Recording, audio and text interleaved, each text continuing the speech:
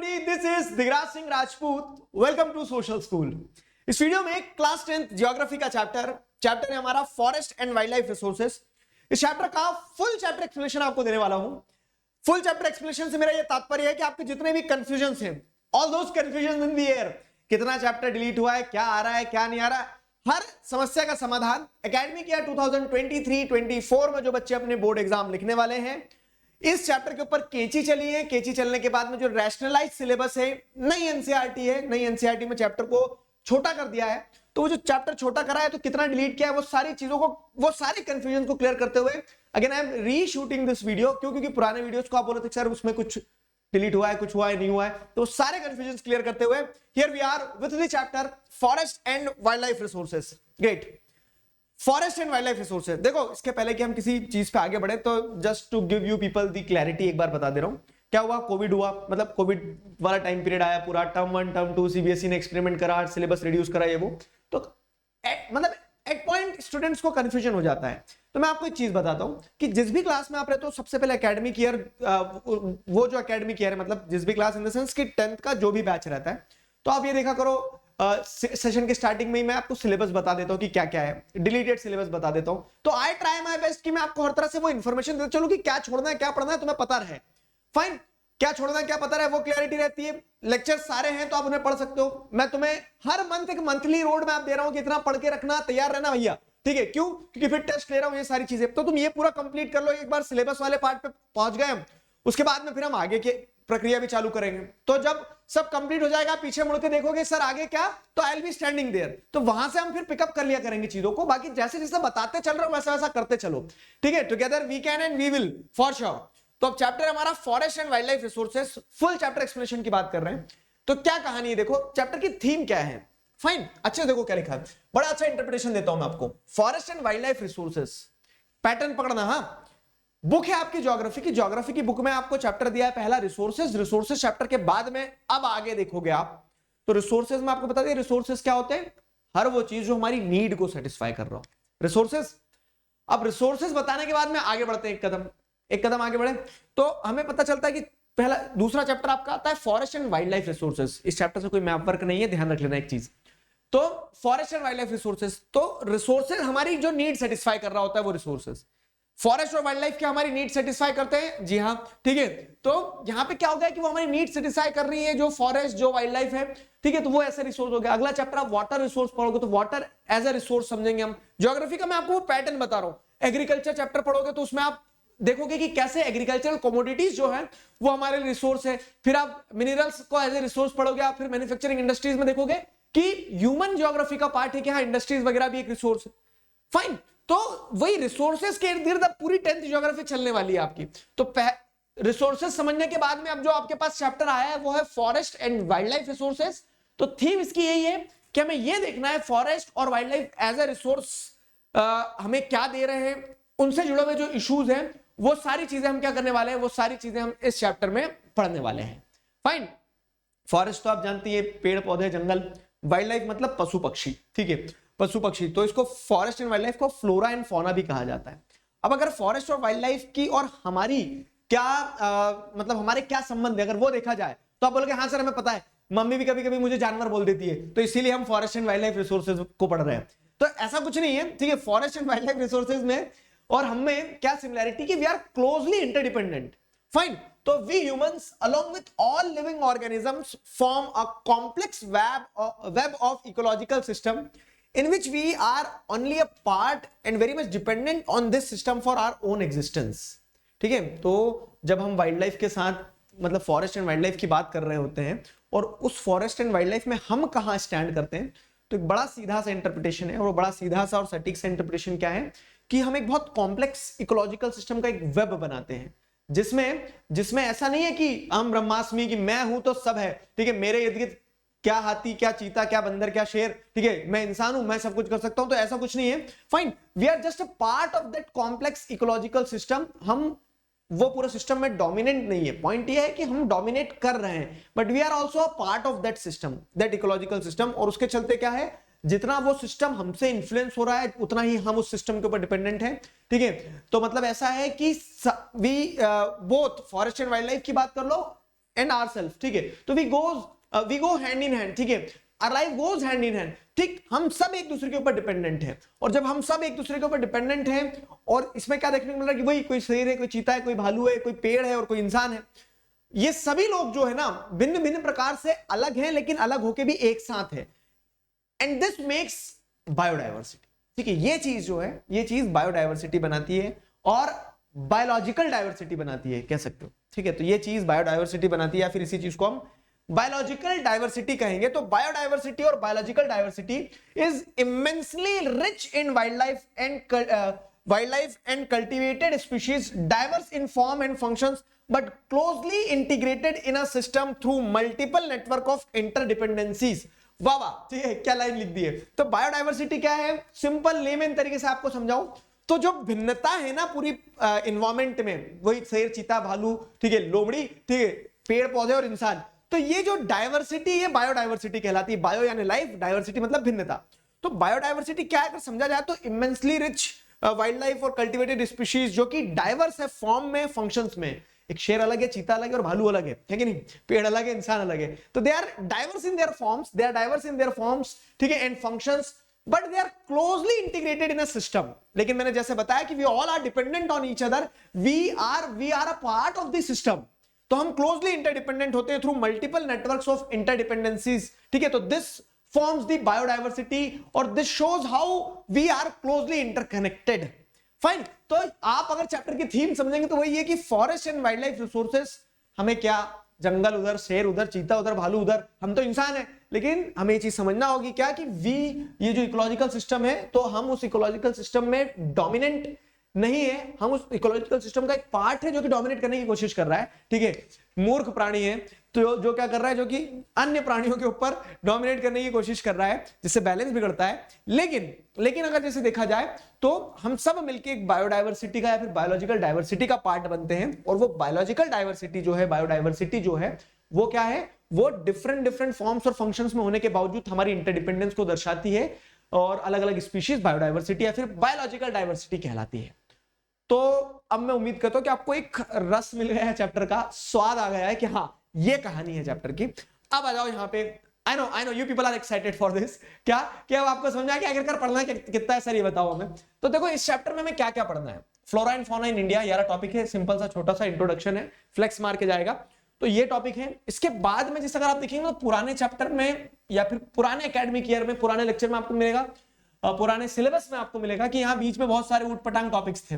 क्या ऊटपटांग in the sense कि IUCN का क्लासिफिकेशन, उसके बाद में क्या थ्रेट है, multiple causes, socio economic impact of degradation, ये वो सारा सब कुछ, पूरा डिग्रेडेशन के बारे में, ठीक है। उसमें आप जैसे देखेंगे तो एशियाटिक चीता के बारे में, हिमालयन यू के बारे में बहुत सारी कहानियां थी। तो वो सब कुछ एलिमिनेट हो गया यहाँ से, यहाँ जो जितना भी बीच में था ना वो सब एलिमिनेट हो गया, ठीक है। तो ऐसा साफ कर दिया सीबीएसई ने उसको।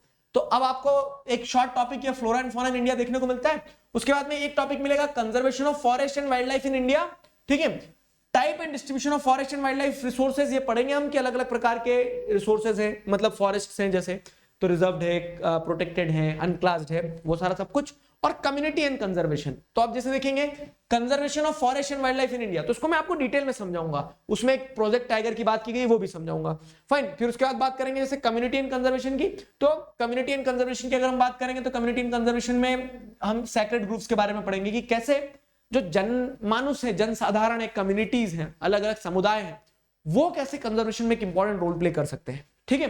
तो ये पैटर्न रहने वाला है। तो जो बड़ी सी बस थी जिसमें बहुत सारे टॉपिक थे पहले चैप्टर में, उसको ऑटो बना दिया। 3 मेन टॉपिक है बस। क्या है? 3 टियर जो है इस चैप्टर के, conservation of forest and wild life resources, types and distribution, और community and conservation. That's it, ठीक है। सीधा सिंपल सटीक खेल रह गया है चैप्टर का। तो अब सीधे डुबकी लगाते हैं इस चैप्टर में, शुरू करते हैं flora and fauna in India से। Flora and fauna in India. Flora यानी क्या? फ्लोरा यानी पेड़ पौधे, फौना यानी क्या? पशु पक्षी। तो इंडिया में पेड़ पौधे भी है, इंडिया में पशु पक्षी भी है। पेड़ पौधे हैं, उनको पशु पक्षी खा रहे हैं, ठीक है, जीवन जी रहे हैं, और बीच में कई मनुष्य अपनी नाक घुसाने की कोशिश कर रहा है, ठीक है। तो अब जैसे अगर आप यहां देखोगे तो India is one of the world's richest countries in terms of its vast array of biological diversity. Array मतलब वो मैग्नीट्यूड। तो अगर आप इंडिया की बात करोगे तो इंडिया एक ऐसा कंट्री है जहां पे vast array of biological diversity देखने को मिलेगा।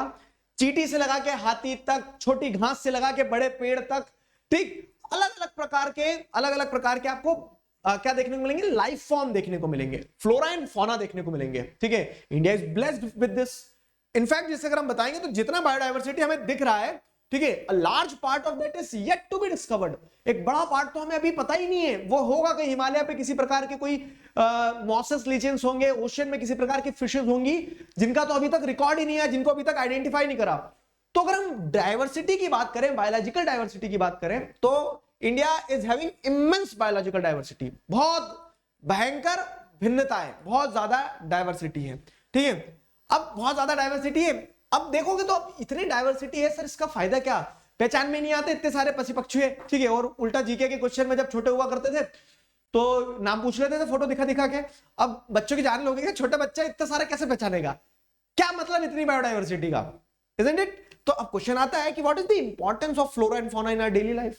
इतनी ज्यादा बायोडायवर्सिटी है, उसका इंपॉर्टेंस क्या है, why do we have such diverse, मतलब कह सकते हैं such biologically diverse species in our world, in our country, उसका फायदा क्या है। तो आपको एक चीज बताते हैं, मतलब ऐसा है कि क्या कि गुलदस्ता जो है तो रंग बिरंगे गुलाबों से ही बनता है। वो एक जैसे गुलाब लगा दोगे तो वो उतना अट्रैक्टिव नहीं रहेगा, तो जब रंग बिरंगे बनते हैं तब तो उसमें चमक आती है।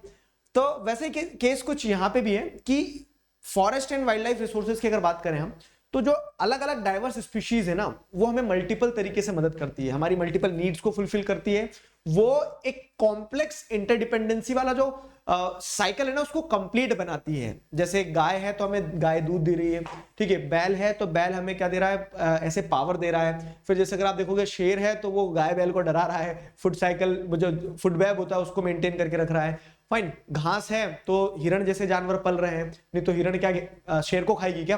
तो आप समझ में आया ना कि ये जो डाइवर्सिटी है वो कॉम्प्लेक्स इंटरडिपेंडेंस को क्रिएट करती है, ठीक है। They are very essential for our survival, they are very essential for maintaining the species, they are very essential for maintaining the ecological balance. पर ठीक है, वही पुरानी ट्रेडिशनल हिंदी मूवी की तरह क्या है कि सब कुछ सुखी जीवन चलता कहां है, क्या देखने को मिलता है आपको कि समस्याएं आ जाती है। हमें समस्या नहीं समाधान पे फोकस करना है, तो समस्या क्या आ जाती है कि these diverse species are under great stress mainly due to insensitivity to our environment. और ये जो इतनी डाइवर्सिटी है जो कि बहुत एसेंशियल है ना, वो that diversity is under great stress, लेकिन वहां समस्याएं हैं। और वो समस्याएं क्यों है, उसके जिम्मेदार हम खुद है। क्यों, क्योंकि हम इनसेंसिटिव हो गए, we took this diversity for granted. हमने सोचा शेर तो बहुत सारे घूम रहे हैं जंगल में रहते होंगे, ठीक है, हम तो अपना घर बना रहे हैं, हमने जंगल काटते चले गए। जब हम इनसेंसिटिव होते चले गए टुवर्ड्स द एनवायरनमेंट, तो उसका इंपैक्ट क्या हुआ पता है, उसका इंपैक्ट ये हुआ कि विद टाइम हमें देखने को मिला कि वो इनसेंसिटिविटी के कारण, उस इनसेंसिटिविटी के कारण डिक्लाइन होने लगी पॉपुलेशन, डिक्लाइन होने लगी ये जो बायोलॉजिकल डाइवर्सिटी थी। अब क्वेश्चन क्या कि इसको कंजर्व किया जाना चाहिए कि नहीं किया जाना चाहिए, कंजर्व करना क्यों जरूरी है, मतलब वही डिक्लाइन हो रही इसलिए कंजर्व करना है, कैसे किया गया, तो वही चीज चैप्टर में आगे बताई गई है आपको, ठीक है। तो अगर आप जैसे देखेंगे तो सिलेबस रिड्यूस होने के बाद में ये जो चैप्टर है, तो इसमें बेसिक इंट्रोडक्शन आपका पहले आपको देखने को मिल गया, जहां से क्वेश्चन बनने की पॉसिबिलिटी कम रहती है। मैं चैप्टर के साथ ही साथ आपको बताते भी चलूंगा कि कहां से सवाल बन के आ सकते हैं, और फिर एग्जाम पैक दूंगा। तो एग्जाम पैक भी ऐसा कोई बहुत बड़ा हुआ नहीं है, क्योंकि इसमें टॉपिक ही 3 है गिनती के बस, ठीक है। तो अब जैसे आगे बढ़ेंगे अगर हम यहां से, तो कंजर्वेशन का एक क्वेश्चन निकल के आ रहा है। तो अगला टॉपिक है आपका ये है conservation of forest and wild life in India, ठीक है। चलो 2 कदम आगे बढ़े, 1 कदम पीछे चलेंगे, वापस रिकॉल करेंगे। तो हमने देखा, क्या देखा, चैप्टर का बेसिक थीम ये था कि forest and wild life resources and how we are interdependent, biological diversity के बारे में पढ़ा। 1 कदम और आगे बढ़ने पे आपको पता चला कि इंडिया में फ्लोरा एंड फौना जो है खूब है, लेकिन क्वेश्चन ये है कि वो flora and fauna it is under great stress. वो फ्लोरा एंड फौना समस्याओं से जूझ रहा है, वो फ्लोरा एंड फौना समस्याओं से जूझ रहा है, इसके लिए कंजर्वेशन की जरूरत है, ठीक है। तो conservation of forest and wild life in India, connect कर लिया, पूरे मोती जोड़ दिए। तो conservation of forest and wild life in India is the another topic. अब यहां पे 2-3 सवाल दे रहा हूं मैं आपको कि हमें क्यों कंजर्व करना है, why do we need to conserve it, ठीक है। उनकी समस्या फॉरेस्ट और वाइल्ड लाइफ की, हम तो इंसान है हम, ठीक है, तो हम क्यों कंजर्व कर रहे हैं, why do we need to conserve it, ठीक है। Steps taken for it, conservation के लिए क्या निर्णय लिए गए, ठीक है। सिर्फ बात करने से नहीं होगा ना, काम भी तो करना पड़ेगा। तो कंजर्वेशन क्यों करना है, कंजर्वेशन के लिए क्या कदम उठाए गए हैं। देखो भाई साहब, समझने वाला समझेगा। ये जो मैं आपको टॉपिक को स्प्लिट करके ऐसा दे देता हूं ना, तो उससे एडवांटेज ये रहता है कि आपको समझ में आ जाना चाहिए कि अच्छा एग्जाम में ऐसे क्वेश्चन बन के आ सकते हैं। तो यही conservation and wild life in India, ये जो टॉपिक है पूरा, तो इस टॉपिक से यही क्वेश्चन बन के आएंगे, क्योंकि यही कंटेंट दिया गया अंदर कि कंजर्वेशन क्यों जरूरी है, कंजर्वेशन अगर जरूरी है तो क्या कदम उठाए गए अभी तक कंजर्व करने के लिए। और आप बोलोगे कि हाँ कदम ये उठाए गए कि पायलट प्रोग्राम चलाए गए जैसे प्रोजेक्ट टाइगर। तो प्रोजेक्ट टाइगर क्या है ये समझ गए, वो प्रोजेक्ट टाइगर क्या है ये। तो यही तीन, मतलब ये मेन टॉपिक के अंदर तीन इस तरह से सब टॉपिक खुल जाएंगे। कहानी कनेक्ट करते चल रहे हो ना, फाइन, कहानी कनेक्ट करते चल रहे हो तो आगे बढ़ते। देखो सवाल तो बहरूपिया होता है भाई साहब, सवाल किसी भी कंटेक्स्ट में आ जाए आपको उसकी एसेंस समझ में आना चाहिए कि हाँ ये ऐसा क्वेश्चन है, इसका आंसर ऐसा जाएगा, ठीक है। देखो क्या है, तो conservation of forest and wild life in India, why do we need it, इसकी जरूरत क्यों है। तो इसकी जरूरत क्यों है, तो उसका मतलब उसका जवाब ये रहा आपके सामने कि conservation preserves the ecological diversity and our daily life support system, water, air and soil. Conservation इसलिए जरूरी है, सीधा, ठीक है। कंजर्वेशन क्यों जरूरी है, why do we need it. तो कंजर्वेशन, अगर आप मान लो जैसे एक चीज बता रहे हैं कि पानी क्यों बचाना जरूरी है, तो आप बोलोगे गर्मी के दिन है सर पानी नहीं पिएंगे तो स्वर्गलोक से धार जाएंगे, है ना।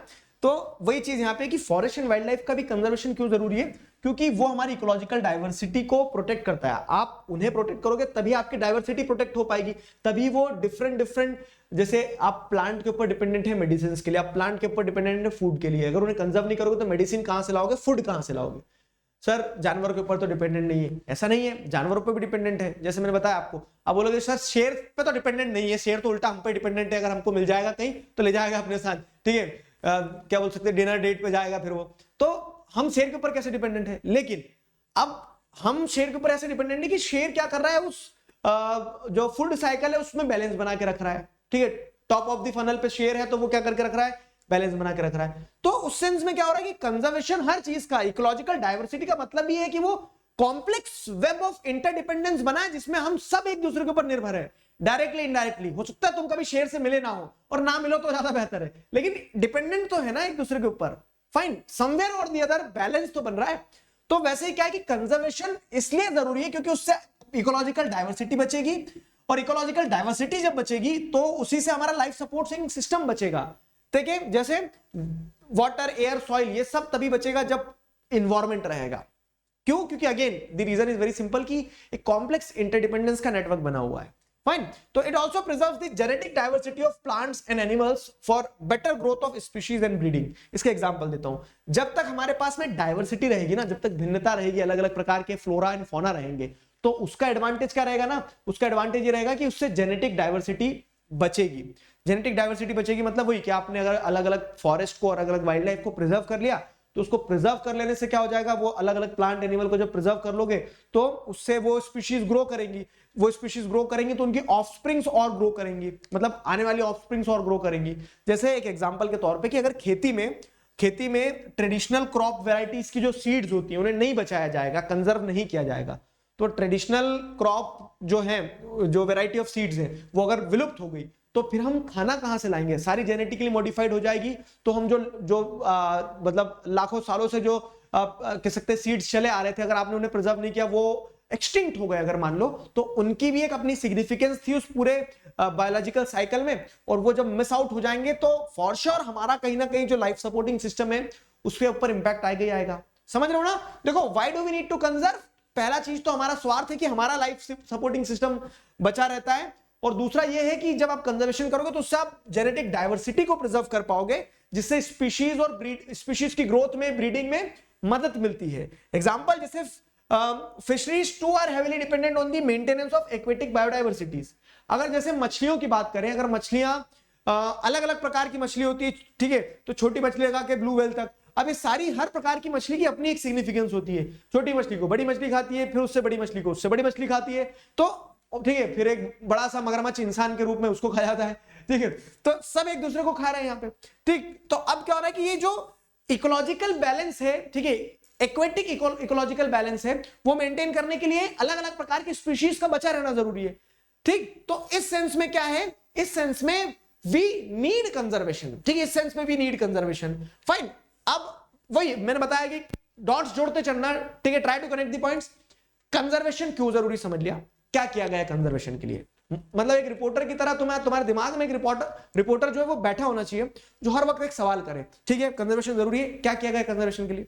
तो अगला क्वेश्चन भी आपको एग्जाम में भी बनेगा कि what are the steps taken, ठीक है, steps taken for the conservation, ठीक है, steps taken for the conservation of forest and wild life in India, ठीक है, steps taken for the conservation of forest and wild life in India. Fine, अब यहां पे आ जाओ जरा। ये इतना ही एनसीईआरटी नई सिलेबस के हिसाब से देखोगे तो ऐसे ऐसे टॉपिक सीधे फ्लो में चल रहे हैं। क्या है, तो अब क्या क्या कदम उठाए गए, कौन कदम उठाएगा, देश किसका, अपना देश है, ठीक है, और सरकार भी अपनी है, अपन नहीं तो चुनी है। तो एट दी एंड जैसे देखा जाए तो हमारे बिहाफ पे गवर्नमेंट निर्णय लेती है, सिविक्स पढ़ लेते थोड़ा सा। तो गवर्नमेंट ने क्या निर्णय लिए for the conservation of forest and wild life in India, ठीक है, what steps are being taken by the government for the conservation of forest and wild life in India. तो अब जैसे आगे बढ़े हम, तो the Indian wild life protection act was implemented in 1972। सीधा सटीक और क्लियर तरीके से जो कंजर्वेशनिस्ट थे, मतलब जिन लोगों को ऐसी चिंता हुई कि ठीक है बड़ा बुरा समय आ गया है, प्लांट और वाइल्ड लाइफ जो है तो they are on the verge of extinction, decline हो रहा है, एंडेंजर्ड है, तो कंजर्वेशनिस्ट जो थे, जो कंजर्वेशन चाहते थे ना, उन लोगों ने आवाज उठाई, ठीक है। क्या आवाज उठाई कि भाई साहब सरकार कुछ करो। तो सरकार ने क्या किया, कंजर्वेशन की डिमांड को समझते हुए कि हाँ नहीं प्रोटेक्शन की जरूरत है, कंजर्वेशन की जरूरत है, Indian wild life protection act पास किया। अब ये लॉ आ गया एक, ठीक है, लॉ किस चीज के लिए आया, for the conservation of forest and wild life, law आ गया कंजर्वेशन के लिए फॉरेस्ट और वाइल्ड लाइफ के। तो जो Indian wild life protection act आया ना, ये इंप्लीमेंट कब हुआ, Indian wild life protection act implement हुआ 1972 में, ठीक है।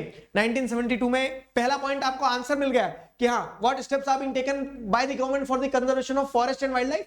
तो Indian wild life protection act implement हुआ 1972 में, ठीक है, फाइन, चेक। दूसरा क्या है, अब इस एक्ट में क्या था, छोले भटूरे मिलना थे, नहीं, इस एक्ट के अंदर जैसे अगर आप देखेंगे तो एक all India list of protected species को पब्लिश किया गया। All India list of protected species का मतलब क्या है कि एक लिस्ट निकाल दी गई, उस लिस्ट में बता दिया गया कि ये स्पीशीज खतरे में है, इन सारी स्पीशीज को हमें क्या करना है, बचाना है, तो ये स्टेप लिया गया। The thrust of the program was towards promoting the remaining population of certain endangered species, ठीक है, मतलब ये समझा कि हाँ इन जानवरों को खतरा है, इन जानवरों को बचाने की जरूरत है, और बचाने के लिए क्या करना होगा, तुमने बोला एक लिस्ट निकालो फटाफट, ठीक है, कि ये हाँ these are the species which are endangered, जो एंडेंजर्ड स्पीशीज है, एंडेंजर्ड मतलब जिनके अगेंस्ट में खतरा है, जिनकी पॉपुलेशन डिक्लाइन हो रही है, फाइन। और उसके बाद में पूरा का पूरा प्रोग्राम डिजाइन किया गया जिसके चलते जितने बचे थे उन्हें तो बचा लो, ठीक है, जितने बचे थे स्पीशीज, जितने जानवर, जितने पेड़ पौधे, उन्हें तो बचाओ। कैसे बचाओगे, तो हंटिंग बैन कर दी, ठीक है, हंटिंग बैन कर दी, लीगल प्रोटेक्शन दिया ताकि उनके हैबिटाट को, जैसे अब क्या हो रहा है ना, जैसे बोलेंगे सर हमने तो शेर को नहीं मारा कभी, ठीक है, हमारे ऊपर तो आरोप मत लगाओ, लेकिन हमने फैक्ट्रियां बना दी, हमने हाउसिंग सोसाइटीज बढ़ा दी, जंगल खत्म कर दिए, हमने बोल दिया कि फॉरेस्ट फेसिंग आपको फ्लैट देंगे। अब क्या हो रहा था कि वो फॉरेस्ट जहां आपका फ्लैट बना, कभी उसके नीचे एक शेर का परिवार रहता था, ठीक है, तो शेर तो बोलेगा कि बदला लूंगा मैं, ठीक है, टाइगर जिंदा है अभी। तो उस केस में क्या हो रहा है, उस केस में जैसे ये कि उनका हैबिटाट जो डिस्ट्रक्ट हो रहा है, तो फॉरेस्ट एरिया को प्रोटेक्शन देना चालू किया गया, ये सारा सब कुछ, ठीक है। तो क्या स्टेप्स लिए गए, फॉरेस्ट मतलब यहाँ पे the Indian wild life protection act लाया गया, ठीक है, फिर उसके बाद में एक ऑल इंडिया लिस्ट निकाली गई, ठीक है, जिसमें सारी प्रोटेक्टेड स्पीशीज के नाम पब्लिश किए गए, फिर उनके लिए क्या है, उनके प्रोटेक्शन के लिए हंटिंग को बैन किया गया, लीगल प्रोटेक्शन दिया गया उनके हैबिटाट को, ठीक है, वाइल्ड लाइफ में ट्रेड को रिस्ट्रिक्ट किया गया कि अब आप मतलब बोल सकते हैं कि जैसे किसी भी, आप बोलोगे सर आप टाइगर को आज क्यों बार बार टारगेट कर रहे हो, जैसे आप टाइगर का ट्रेड नहीं करोगे, समझ में आया, तो ऐसे वाइल्ड लाइफ का कोई ट्रेड नहीं करेगा, कोई खिलौना थोड़ी ना है वो कि बच्चे जा शेर ले जाओ खेलो, ठीक है, शेर और टाइगर अलग अलग चीज होती है, और दोनों शेर यानी लायन, फाइन। तो ये हो गया। फिर उसके बाद में क्या है, central and many state governments establish national parks and wild life sanctuary. Again ये चीज ध्यान रखिएगा क्या कि central and many state government जो थी, तो बहुत सारा सेंट्रल गवर्नमेंट मतलब बहुत बड़े स्तर पे सेंट्रल गवर्नमेंट ने भी और अलग अलग जगह पे स्टेट गवर्नमेंट्स ने भी national park and wild life sanctuaries बनाई। नेशनल पार्क क्या होते हैं, वाइल्ड लाइफ सेंचुरीज क्या होते हैं, समझना।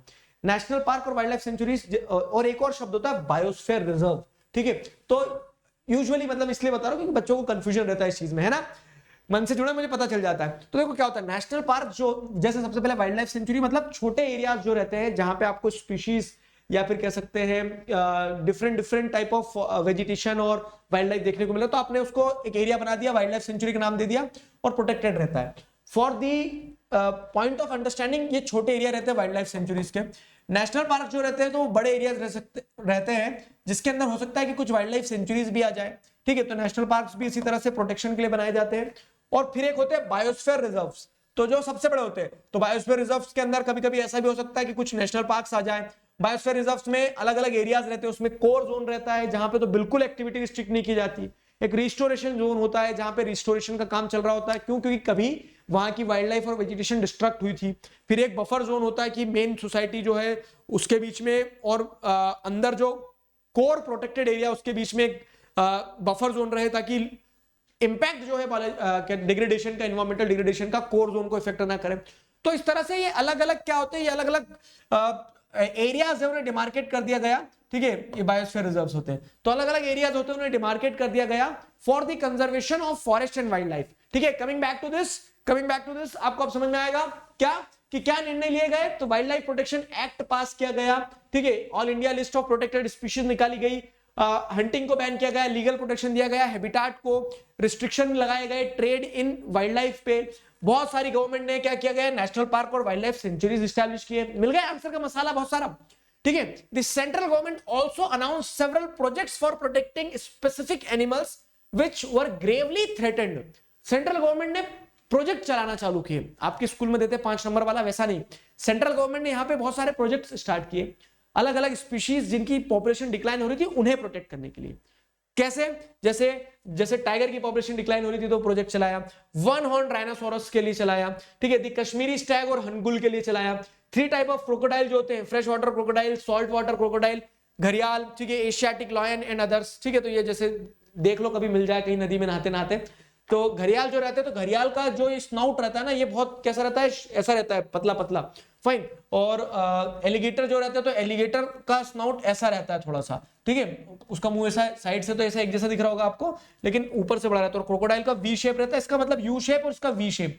ठीक है, तो ऐसे अलग अलग, और इनको देख के सभी लोग क्या बोलते थे, मगरमच्छ है सब। ठीक है, तो वो बोलते होंगे कि हमारे मतलब क्या देखने को मिल रहा है, ठीक है, हम सब अलग अलग वर्ग से आते हैं और आप सब हिंदी में हमको मगरमच्छ बोल देते हो, तो ऐसा नहीं है, वो डिफरेंस रहता है उनमें।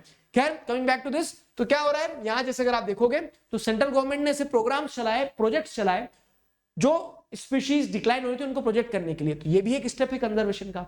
ठीक है, जैसे project tiger, one horn rhinoceros, Kashmiri Stag और हनगुल, 3 types of crocodile, fresh water crocodile, salt water crocodile और घड़ियाल, इनको प्रोटेक्ट करने के लिए। सॉल्ट वाटर क्रोकोडाइल मतलब क्या है, जो समुद्र किनारे से आते हैं, और फ्रेश वाटर क्रोकोडाइल मतलब क्या है, जो नदियों में पाए जाते हैं, जैसे चंबल नदी में आपको मगरमच्छ मिल जाएंगे। ठीक है, वो सारा सब कुछ हो गया, एशियाटिक लायन वगैरह। तो इनमें जैसे एक प्रोजेक्ट टाइगर है, तो प्रोजेक्ट टाइगर को अभी डिटेल में पढ़ेंगे हम, समझ में आ रहा है। तो उतने पॉइंट्स जो हमने देखे वो स्टेप्स लिए गए। उसके अलावा recently the Indian elephant black बक, ठीक है, इंडियन एलिफेंट तो जानते होंगे कि आप, जो भारतीय हाथी है। ठीक है, तो recently the Indian elephant black buck ये है। ठीक है, तो जैसे ये आपको क्या देखने को मिल रहा है कि वो स्पीशीज है जिन्हें पार्शियल और फुल लीगल प्रोटेक्शन दिया गया against hunting and trade throughout the India. तो जैसे अगर आप देखेंगे तो क्या हो रहा है कि ब्लैक बक हो गया, तो इनकी पॉपुलेशन डिक्लाइन हो रही थी, खतरे में थी। ठीक है, खतरे में थी, इसके लिए प्रोटेक्शन दिया गया। इनका अगर कोई हंटिंग करेगा तो फिर वो खतरे में आ जाएगा, फाइन, वो खतरे में आ जाएगा। और ये वीडियो अगर सलमान भाई तक पहुंच गई तो हम खतरे में आ जाएंगे। तो पॉइंट भी कि मैं आपको ये बता रहा था ब्लैक बक। ठीक है, तो ब्लैक बक जो है, तो ब्लैक बक तो इनको फुल्ली और पार्शियली लीगल प्रोटेक्शन दिया गया कि इनकी हंटिंग नहीं कर सकते, इनकी ट्रेड नहीं कर सकते हो, फाइन। उसके बाद जैसे देखोगे तो क्या है, ये गोदावन है, ग्रेट इंडियन मस्टर्ड जो है गोदावन, इसको भी प्रोटेक्शन दिया गया। स्नो लेपर्ड, ये स्नो लेपर्ड आपको दिखाया मैंने। ठीक है, स्नो लेपर्ड देखा है, तो ये स्नो लेपर्ड हो गया, etcetera have been given full or partial legal protection against the hunting and trade throughout the country. तो ये निर्णय लिया गया है, ये स्टेप लिया गया है। The conservation projects are now focusing on biodiversity rather than on a few of its components. और जो ये कंजर्वेशन स्टेप्स लिए जा रहे हैं ना, प्रोजेक्ट लिए जा रहे हैं, तो वो अब बायोडाइवर्सिटी पे पार्ट फोकस करते हैं, ना कि सिर्फ एक स्पीशीज को प्रोटेक्ट करना है या फिर एक पार्ट को प्रोटेक्ट करना है। एक होलिस्टिक व्यू लिया जाता है। कैसे होलिस्टिक व्यू लिया जाता है, तो जैसे अगर आप देखोगे तो there is now a more intensive search for different conservation measures. ठीक है, तो आप पॉइंटर्स आंसर कैसे बना सकते हो, जैसे एक पॉइंटर आपका ये बन गया, यार तो इंट्रो टाइप से क्या कि अब डाइवर्स तरीके से कंजर्वेशन की बात की जा रही है। कैसे, तो ये पॉइंट लिखोगे आप कि now even insects are beginning to find a place in the conservation planning.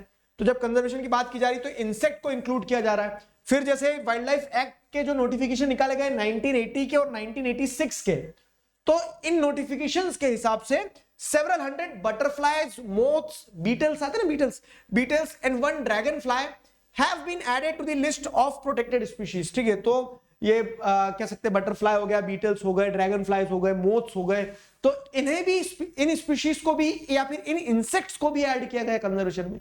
ठीक है, तो this shows how the conservation policy is becoming sensitive. In fact आप देखेंगे 1991 में for the first time plants were added in the list starting with 6 species.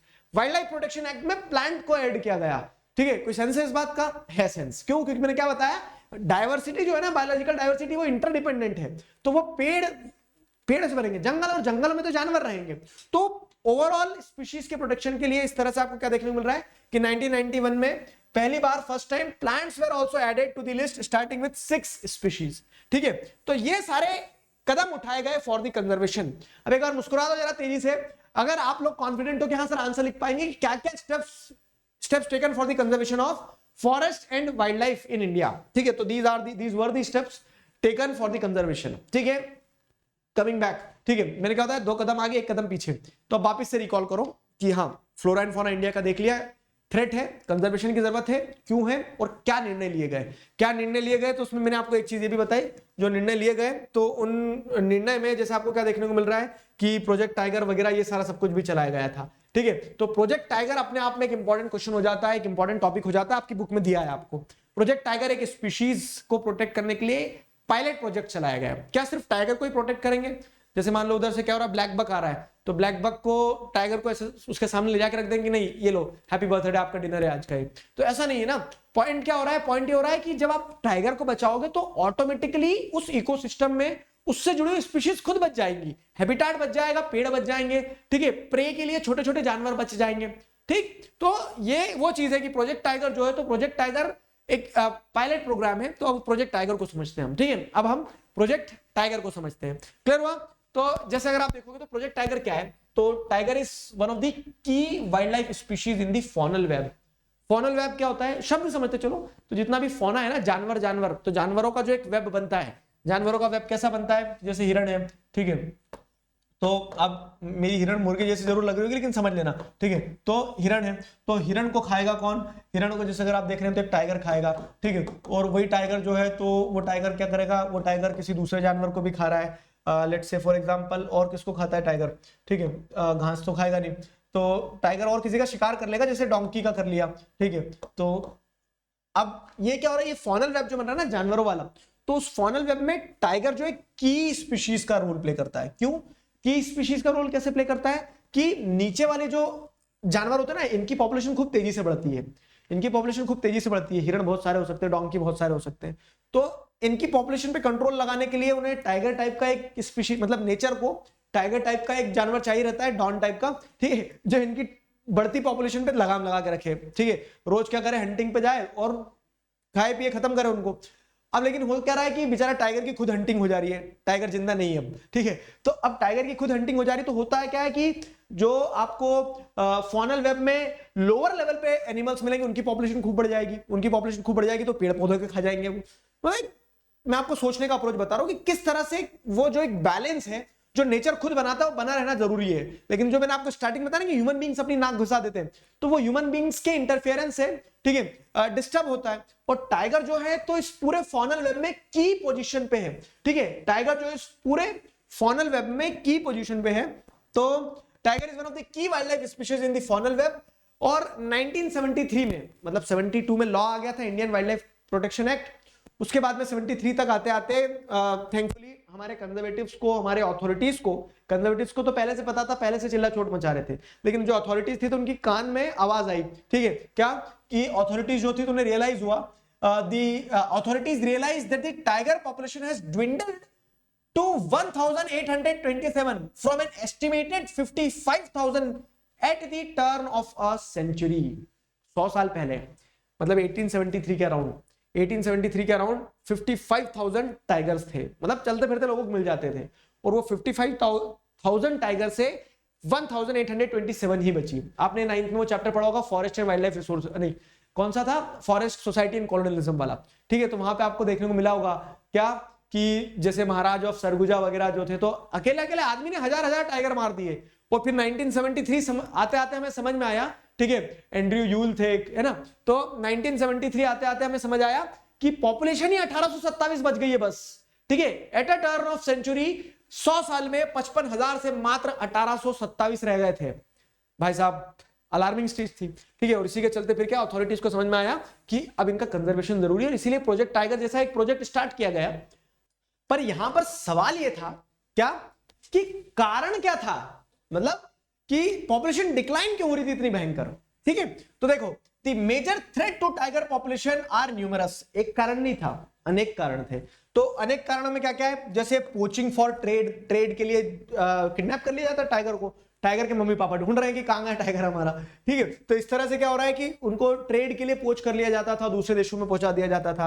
Shrinking habitat, मैंने जैसे बताया, जंगल खत्म हो जाएंगे तो वो तुम्हारे साथ आके बैठ के डिनर तो करेगा नहीं, डिनर उसने कर लिया टाइगर ने, तो मैं साथ बैठ के, तो तुम नहीं रहोगे। तो हैबिटाट श्रिंक हो रहा था, उनके रहने के लिए जंगल नहीं बच रहे थे। Depletion of prey base species. अब देखो, खतरा सिर्फ टाइगर को नहीं था, टाइगर को भी जिंदा रहने के लिए क्या है, शिकार करना होगा, लेकिन उसे पता चल रहा था कि बहुत बहुत दिन तक जंगल में उसको शिकार ही नहीं मिल रहा, हिरण ही नहीं मिल रहे, ठीक है। तो डिप्लीशन ऑफ प्रे बेस भी डिक्लाइन हो रहा है। ग्रोइंग ह्यूमन पॉपुलेशन, हाँ, ह्यूमन बीइंग भी ऐसा कि एक जंगल में 2 शेर नहीं रह सकते, ठीक है, मतलब 2 बाघ नहीं रह सकते। तो ह्यूमन पॉपुलेशन का बढ़ने का मतलब यह है कि ह्यूमन पॉपुलेशन बढ़ी तो वही उन्होंने अपना हैबिटाट एक्सपेंशन किया, तो टाइगर्स वगैरह का हैबिटाट एक्सपेंशन कम हुआ, हंटिंग बढ़ गई थी। तो ये सारे कारण थे। These were the numerous reasons why the population of tiger was declining, ठीक है। तो द ट्रेड ऑफ टाइगर, एक रीजन ये भी था, टाइगर की स्किन का ट्रेड किया जाता है, उनकी बोन्स का ट्रेड किया जाता है ट्रेडिशनल मेडिसिन बनाने के लिए। Specially in the Asian countries left the tiger population on the verge of extinction. In fact मैं आपको बताऊं, वर्ल्ड के अराउंड 1/3 या 2/3 टाइगर जो है वो इंडिया और नेपाल में ही है, फाइन। तो और इंडिया और नेपाल और इन एशियन कंट्रीज में टाइगर की बोन, टाइगर की स्किन जो होती है, तो इनसे क्या है, अलग अलग प्रकार की ट्रेडिशनल मेडिसिन बनाई जाती है। तो इन सारे कारणों के चलते पॉपुलेशन डिक्लाइन हो रही थी। पॉपुलेशन डिक्लाइन होना एक अलार्मिंग पॉइंट था। उन सारी चीजों को ध्यान में रखते हुए project tiger was essential, it was started. अब हुआ क्या प्रोजेक्ट टाइगर में, क्या टाइगर को प्रोजेक्ट वर्क दिया जाता था ताकि वो व्यस्त रहे, उसकी हंटिंग ना हो पाए और उसकी पॉपुलेशन बच जाए? नहीं, ठीक है। तो प्रोजेक्ट टाइगर में होता क्या है बेसिकली, तो one of the well publicised wild campaign in the world was launched in 1973। Project tiger 1973 में स्टार्ट होता है। Tiger conservation has been viewed not only as an effort to save the endangered species but with the equal importance as a means of preserving biotype of sizeable magnitude. Project tiger को ऐसे देखा गया कि project tiger की मदद से सिर्फ आप एक टाइगर नहीं बचा रहे हो, आप उस टाइगर की मदद से आप क्या कर रहे हो, biotype of a sizeable magnitude बचा लोगे। जो मैंने बताया ना कि वो कीटोन स्पीशीज है, टाइगर से जुड़ो, टाइगर को बचाओगे तो पेड़ पौधे बचेंगे, वहां उन्हें घास को खाने के लिए हिरण बचेंगे, गधे बचेंगे, ठीक है। तो सबकी जान बच जाएगी एक तरह से। एक साइजेबल मैग्नीट्यूड ऑफ बायोडाइवर्सिटी को आप कंजर्व कर लोगे। और उसी के चलते अलग अलग, जैसे अगर आप देखेंगे तो जो नेशनल पार्क्स थे वहां पे टाइगर स्पीशीज के प्रोटेक्शन को थ्रस्ट मिला। तो जैसे Corbett national park in Uttarakhand, Sundarban national park in West Bengal, Bandhavgarh national park in Madhya Pradesh, ठीक है, Sariska wildlife sanctuary in Rajasthan, Manas tiger reserve in Assam and Periyar Tiger Reserve in Kerala are some of the tiger reserves of India. So these are some of the tiger reserves where the Project Tiger was launched successfully, and I'm happy to announce this, ठीक है, और to share this with you people कि tiger की population with time हमारी country में बढ़ी है, ठीक है। तो ताली बजा दो जरा एक बार। तो टाइगर की पॉपुलेशन इसी के चलते क्या है, हमारे कंट्री में बड़ी है टाइगर की पॉपुलेशन, ठीक है। तो ये हो गया हमारा क्या, कंजर्वेशन वाली बात। मैंने बताया क्या कि इस चैप्टर में ऑटो है, बस 3 टायर पे चल रहा है, तो 3 टायर में से एक टायर हमारा हो गया कि conservation of resources, forest and wild life resources. अब कंजर्वेशन के बाद में अगला टॉपिक जो आपके चैप्टर में है, फाइन, कंजर्वेशन को एक बार रिकॉल कर ले, वही 2 कदम आगे जाके 1 कदम पीछे चले जाए।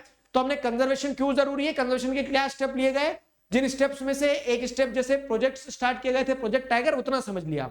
अब आगे अगर देखें तो वाइल्ड लाइफ का तो चलो सर बहुत सुन लिया, वेजिटेशन, फॉरेस्ट की क्या बात हो रही है यहाँ पे। तो फॉरेस्ट की अगर बात करें तो types and distribution of forest and wild life resources. अब अगर आप देखोगे ना तो फॉरेस्ट मेनली, ठीक है, और उन फॉरेस्ट के अंदर जो वाइल्ड लाइफ रही वो वाइल्ड लाइफ आई जाएगी। फॉरेस्ट और वाइल्ड लाइफ के टाइप एंड डिस्ट्रीब्यूशन भी है। क्या है टाइप एंड डिस्ट्रीब्यूशन, तो देखो 2 चीजें, कंजर्वेशन अपनी जगह है, आपने कंजर्व कर लिया, आपने प्रोटेक्शन, मतलब उन्हें प्रोटेक्शन दे लिया, सारा सब कुछ बचा लिया। लेकिन अगर आप सही से मैनेज नहीं कर पाए तो आप कंजर्व करने के बावजूद भी क्या है, मतलब जीतने के बावजूद भी हार जाओगे। समझे मेरी इस बात को? तो अगर हम फॉरेस्ट एंड वाइल्ड लाइफ की बात करें तो फॉरेस्ट एंड वाइल्ड लाइफ का कंजर्वेशन जरूरी है, क्योंकि थ्रेट था। अब आपने कंजर्व कर लिया, अब कंजर्व करने के बाद में आपने जिसे बचाया है ना, मतलब जैसे सबसे पहले कमाना जरूरी होता है, कमा लिया बहुत बढ़िया। अब वो जो कमा लिया तो कमाने के बाद में आपको क्या करना होगा, उसको सही तरीके से इस्तेमाल भी तो करना होगा, ठीक है, मैनेज भी तो करना होगा। तो वही है कि आपने कंजर्व कर लिया, एक तरह से बचा लिया, बचाने के बाद में जितना बचा है फॉरेस्ट एंड वाइल्ड लाइफ उसको प्रॉपर्ली मैनेज किया जाए, ताकि ऐसा नहीं कि खतरा टल गया बस बचाने के बाद में, ठीक है। You are required to properly manage those resources. Resource management is very important, तो वो रिसोर्स का प्रॉपर मैनेजमेंट भी होना चाहिए। तो in India much of its forest and wild life resources are either owned or managed by the government through the forest department or other government departments. तो India में जैसे अगर आप देखोगे तो फॉरेस्ट और वाइल्ड लाइफ रिसोर्सेज जो होते हैं, तो much of the forest and wildlife resources are either owned or managed by the government through the forest department और other government department। तो गवर्नमेंट की जिम्मेदारी है कि वो मैनेज करे प्रॉपर्ली, ठीक है। कंजर्वेशन में भी गवर्नमेंट इंपॉर्टेंट रोल प्ले करती है और कंजर्वेशन के बाद में मैनेजमेंट में भी गवर्नमेंट इंपॉर्टेंट रोल प्ले करती है, या तो खुद या फिर अलग अलग गवर्नमेंट डिपार्टमेंट्स के थ्रू। तो और उस मैनेजमेंट पॉलिसी के तहत टाइप्स और डिस्ट्रीब्यूशन की बात करें तो क्या हो रहा है, जो फॉरेस्ट रिसोर्सेज हैं, so these are classified under the following categories, ठीक है। उस कंजर्वेशन इनिशिएटिव के चलते, ठीक है, जो मैनेजमेंट के लिए अलग अलग टाइप और अलग अलग तरह से डिस्ट्रीब्यूट कर दिया गया फॉरेस्ट एंड वाइल्ड लाइफ को, तो वो तीन कैटेगरी में क्या है, रिजर्व फॉरेस्ट, प्रोटेक्टेड फॉरेस्ट और अनक्लास्ड फॉरेस्ट। अब ये अच्छे से समझ लो, क्योंकि यही सवाल बनते हैं कि रिजर्व फॉरेस्ट क्या है, प्रोटेक्टेड फॉरेस्ट क्या है, अनक्लास्ड फॉरेस्ट क्या है, कैसे रिजर्व फॉरेस्ट प्रोटेक्टेड फॉरेस्ट से अलग है, रिजर्व फॉरेस्ट ज्यादा कहां है, प्रोटेक्टेड फॉरेस्ट कहां है, ठीक है।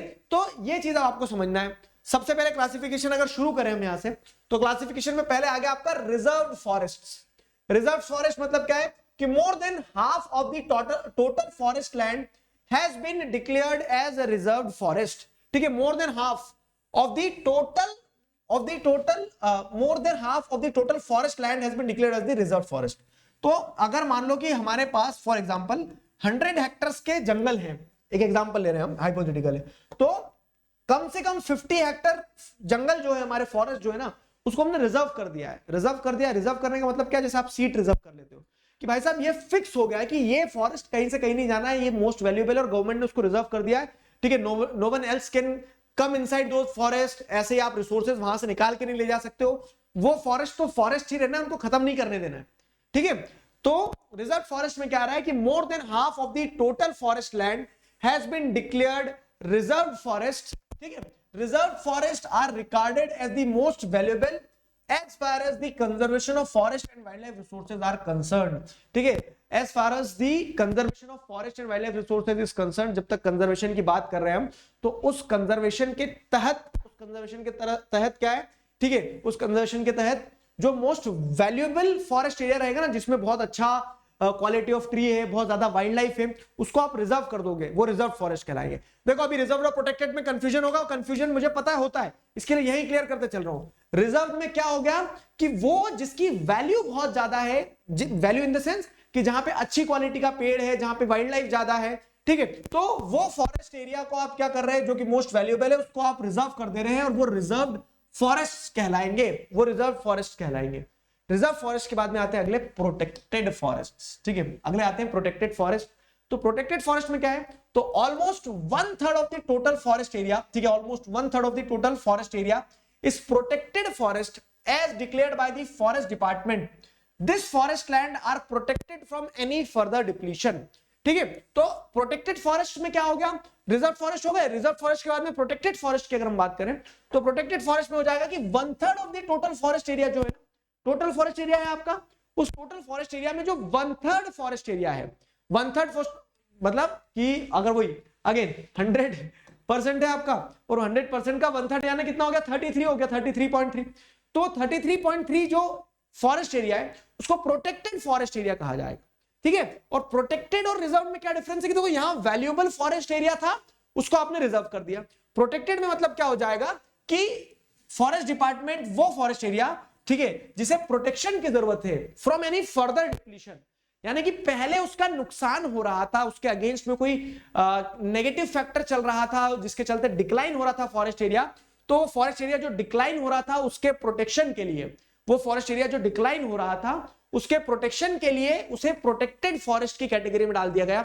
बहुत अच्छे से समझ लेना यहाँ पे प्रोटेक्टेड फॉरेस्ट क्या है और रिजर्व फॉरेस्ट क्या है। तो रिजर्व फॉरेस्ट जहां पे वैल्यूएबल फॉरेस्ट था तो जिसके चलते आपने उसको रिजर्व कर दिया। प्रोटेक्टेड में क्या है कि डिक्लाइन हो रहा था फॉरेस्ट का, उसको प्रोटेक्शन की जरूरत थी, एनी फर्दर डिप्लीशन से उसे प्रोटेक्ट किया जाए, इसके लिए उसको प्रोटेक्टेड फॉरेस्ट की कैटेगरी में डाल दिया। इसके लिए उसको प्रोटेक्टेड फॉरेस्ट की कैटेगरी में डाल दिया, ठीक है। और तीसरा आता है अनक्लास्ड फॉरेस्ट, ठीक है। अनक्लास्ड फॉरेस्ट में क्या आ जाएगा भाऊ? अनक्लास्ड फॉरेस्ट का मतलब कि these are the other forest and wasteland belonging to both government and private individuals and communities. तो जो गवर्नमेंट इंडिविजुअल्स हैं, मतलब गवर्नमेंट है, प्राइवेट इंडिविजुअल्स हैं, उन लोगों के द्वारा ओन किए गए जंगल जो है ना। अब बोलेगा अच्छा प्राइवेट लोगों के भी जंगल होते हैं। प्राइवेट लोगों के जंगल इन द सेंस मैं आपको क्या बता रहा हूं कि जैसे कभी कभी क्या होता है कि कुछ लोगों के पास में जमीन थी, उस जमीन पे पेड़ ग्रो होते चले गए, नेचुरली फॉरेस्ट क्रिएट हो गया, but that land belong to a private individual, लेकिन वो फॉरेस्ट है, ठीक है, उसमें वेजिटेशन है, वहां वाइल्ड लाइफ भी हो सकता है, तो वो अनक्लास्ड फॉरेस्ट कहलाता है, ठीक है। वो अनक्लास्ड फॉरेस्ट कहलाता है जहां पे आपको क्या देखने को मिल रहा है, जहां पे उतना वैल्यूएबल शायद टिम्बर ना हो, ठीक है, उतना वैल्यूएबल वेजिटेशन वाइल्ड लाइफ ना हो, शायद उतना डिप्लीशन ना हो, इस कारण से प्रोटेक्टेड में नहीं गया। वो ओपन टू ऑल टाइप का है, ठीक है। वो फॉरेस्ट और वो वेस्टलैंड जो कि हो सकता है गवर्नमेंट के पास हो या फिर हो सकता है प्राइवेट इंडिविजुअल के पास हो, तो उसे आप अनक्लास्ड फॉरेस्ट कहेंगे। समझ गए? ये क्वेश्चन है, देखो ये चैप्टर ही बेचारा छोटा सा नन्नू सा है, ठीक है। तो आपको यहाँ पे वो चीज ध्यान रखना होगी कि स्पेसिफाइड टॉपिक्स है जहां से क्वेश्चन बन के आ सकते हैं। फाइन, तो जैसे स्पेसिफाइड टॉपिक में आपका ये हो गया, क्लासिफिकेशन बता दो। स्पेसिफाइड टॉपिक में आपका हो गया कि कंजर्वेशन के लिए क्या स्टेप लिए गए वो बता दो, ठीक। तो रिजर्व, प्रोटेक्टेड और अनक्लास्ड फॉरेस्ट हो गए। अब अगर आगे बढ़े हम, कहानी समझना, रिजर्व फॉरेस्ट और प्रोटेक्टेड फॉरेस्ट, रिजर्व फॉरेस्ट और प्रोटेक्टेड फॉरेस्ट दोनों को मिला लो, दोनों को मिला के आप क्या कहेंगे? परमानेंट फॉरेस्ट कहेंगे। जैसे कि हम अगर बता रहे हैं क्या कि सेक्शन ए एक है और एक सेक्शन बी है, ए और बी को मिला के हम क्या बोल सकते हैं?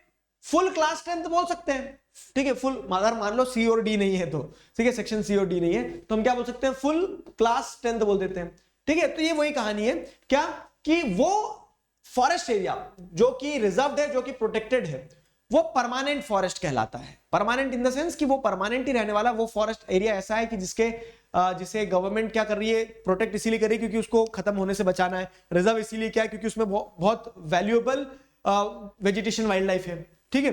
तो ये चीज ध्यान रखना है कि परमानेंट फॉरेस्ट क्या होते हैं। तो reserve forest along with protected forest, ठीक है, is known as permanent forest.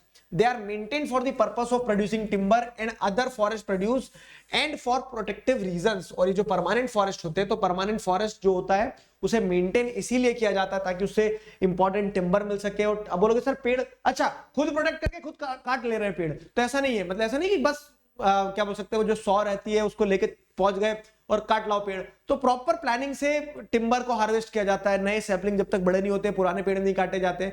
तो ये जो परमानेंट फॉरेस्ट होते हैं उनको प्रॉपरली मेंटेन किया जाता है टिम्बर प्रोड्यूस करने के लिए, ठीक है, दूसरे फॉरेस्ट प्रोड्यूस के लिए और प्रोटेक्टिव रीजंस के लिए।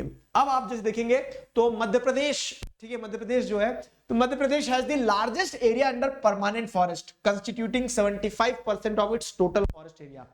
तो मध्य प्रदेश के अंदर अगर मान लो ये 100 हेक्टेयर के फॉरेस्ट है, तो इसमें से 75 हेक्टेयर का जो फॉरेस्ट है ना वो परमानेंट फॉरेस्ट कहलाता है। तो मध्य प्रदेश जो है, तो मध्य प्रदेश सेकंड लार्जेस्ट स्टेट भी है हमारी कंट्री का, ठीक है। मध्य प्रदेश जो है सेकंड लार्जेस्ट स्टेट भी है और मध्य प्रदेश के पास में लार्जेस्ट एरिया है under permanent forest constituting 75% of total forest area. Factual question ऐसे आ सकते हैं, इसके लिए बता रहा हूं मैं, ठीक है। तो ये हो गया एमपी वाला।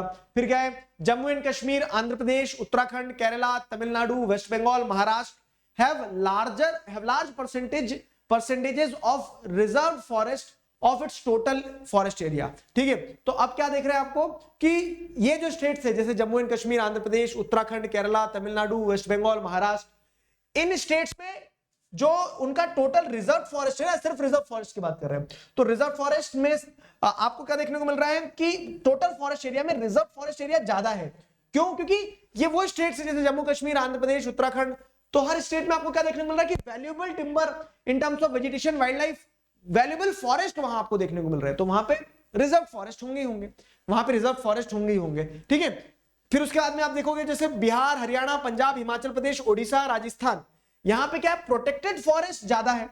क्यों? क्योंकि देखो बिहार में पॉपुलेशन ज्यादा है, हरियाणा पंजाब में खेती ज्यादा हो रही तो पेड़ कट रहे हैं, तो यहां क्या हुआ है, यहां पे डिक्लाइन हुआ है फॉरेस्ट एंड वाइल्ड लाइफ का, इसलिए प्रोटेक्टेड फॉरेस्ट एरिया ज्यादा है यहाँ पे।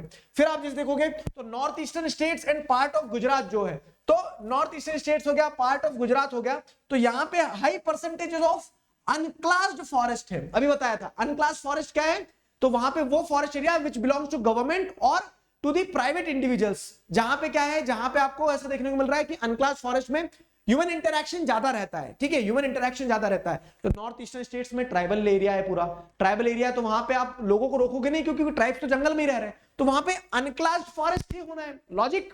ठीक है, तो इस तरह से रिजर्व प्रोटेक्टेड और रिजर्व प्रोटेक्टेड को मिलकर परमानेंट फॉरेस्ट, मध्य प्रदेश में सबसे ज्यादा परमानेंट फॉरेस्ट है, फिर रिजर्व फॉरेस्ट कहां है, अनक्लास्ड फॉरेस्ट कहां है, प्रोटेक्टेड फॉरेस्ट कहां है। तो ये फैक्चुअल चीजें हैं, ध्यान रखना होगा। बाकी क्लासिफिकेशन तीनों ध्यान हो गया, क्योंकि उस पर क्वेश्चन बनता है। ठीक है, तो अब इतना अगर हमने पढ़ लिया है, तो उसके बाद एक कदम और आगे बढ़ेंगे अब हम। ठीक है, अब एक कदम और आगे बढ़ के कहां जा रहे हैं, अब जा रहे हैं कम्युनिटी एंड कंजर्वेशन, जो कि चैप्टर का लास्ट टॉपिक है। Fine, community and conservation. अब देखो, try to understand the heading. Heading को पहले पढ़ने से पहले और पीछे चलेंगे, और हम 2 कदम वही आगे बढ़ के 1 कदम पीछे चलेंगे, तो रिकॉल करेंगे।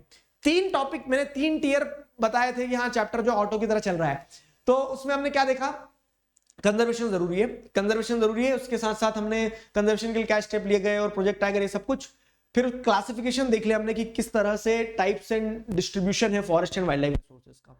अब तीसरी चीज है कि फॉरेस्ट एंड वाइल्ड लाइफ अभी तक हम गवर्नमेंट कर रहे हैं कि गवर्नमेंट ने क्या कंजर्वेशन के स्टेप लिया, गवर्नमेंट कैसे मैनेज कर रही है। ठीक है, बात यह आ रही है कि हम बीइंग अ सिटीजन क्या कर रहे हैं, कम्युनिटी से कंजर्वेशन हो सकता है कि नहीं।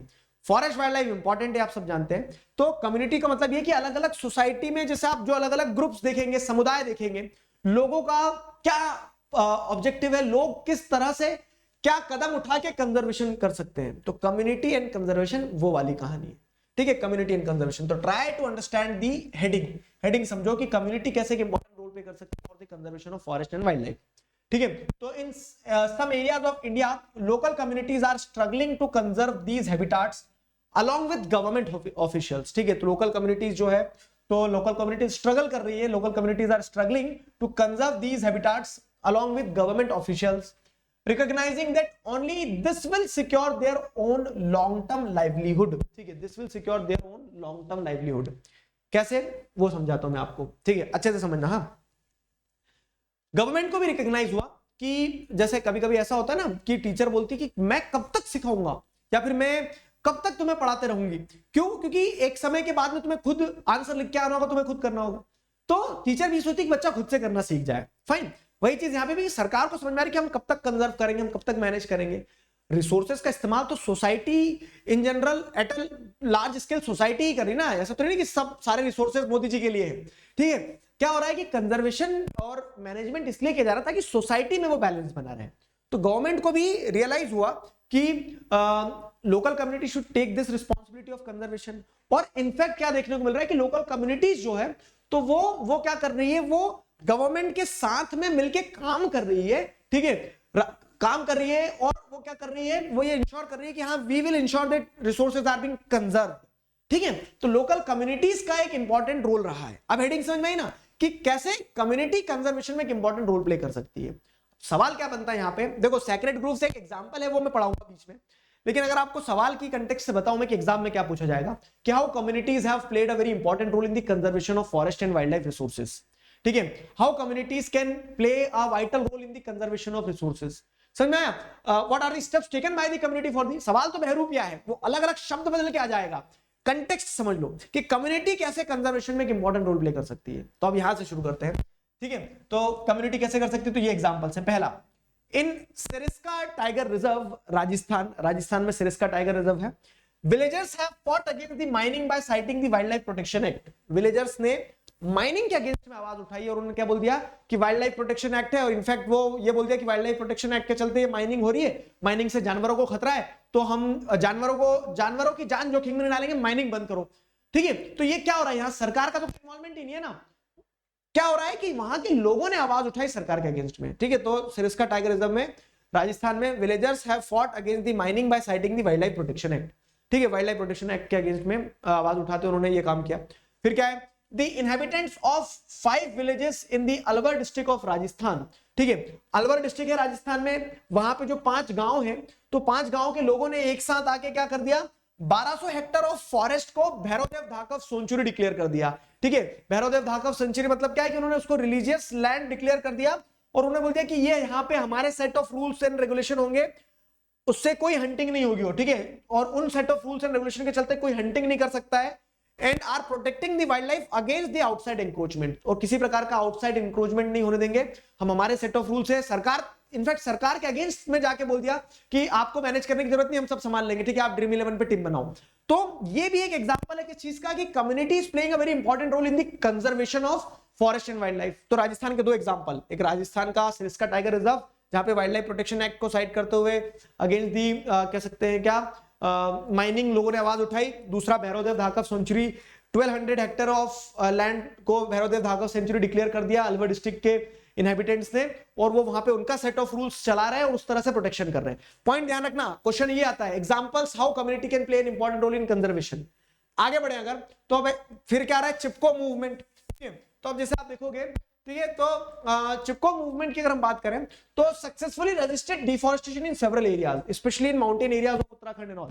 ठीक है, जहां पे क्या है कि सुंदरलाल बहुगुणा जो थे, तो उन्होंने ये चिपको मूवमेंट स्टार्ट किया था, जिसके चलते लोग ज्यादा के पेड़ से चिपक गए। क्यों चिपक गए, ठीक है, पेड़ से इसलिए चिपक गए, उन्होंने बोल दिया कि पेड़ काटने से पहले आपको ऐसे बोलते ना कि उन्हें कुछ हो, उन्हें किसी प्रकार का कष्ट देने से पहले आपको हमारे से जूझना होगा। तो वैसे ही लोगों ने ये बोला कि आप पेड़ काटने से पहले हमें काटो। ठीक है, चिपको मूवमेंट, लोग पेड़ से ज्यादा के चिपक गए थे कि वो जो मशीन से काटने आएंगे तो हम चिपके हुए हमें काटोगे थोड़ी ना तुम। ठीक है, तो इससे क्या हुआ, इससे उन्होंने फॉरेस्ट को बचाया। किसने, लोगों ने। सुंदरलाल बहुगुणा जो थे, तो ही वाज दी कह सकते हैं he was the father of Chipko movement, जिन्होंने एक बड़े स्केल पे फॉरेस्ट कंजर्वेशन में एक इंपॉर्टेंट रोल प्ले करा है। ठीक है, this also shows that community afforestation with the indigenous species can be enormously successful.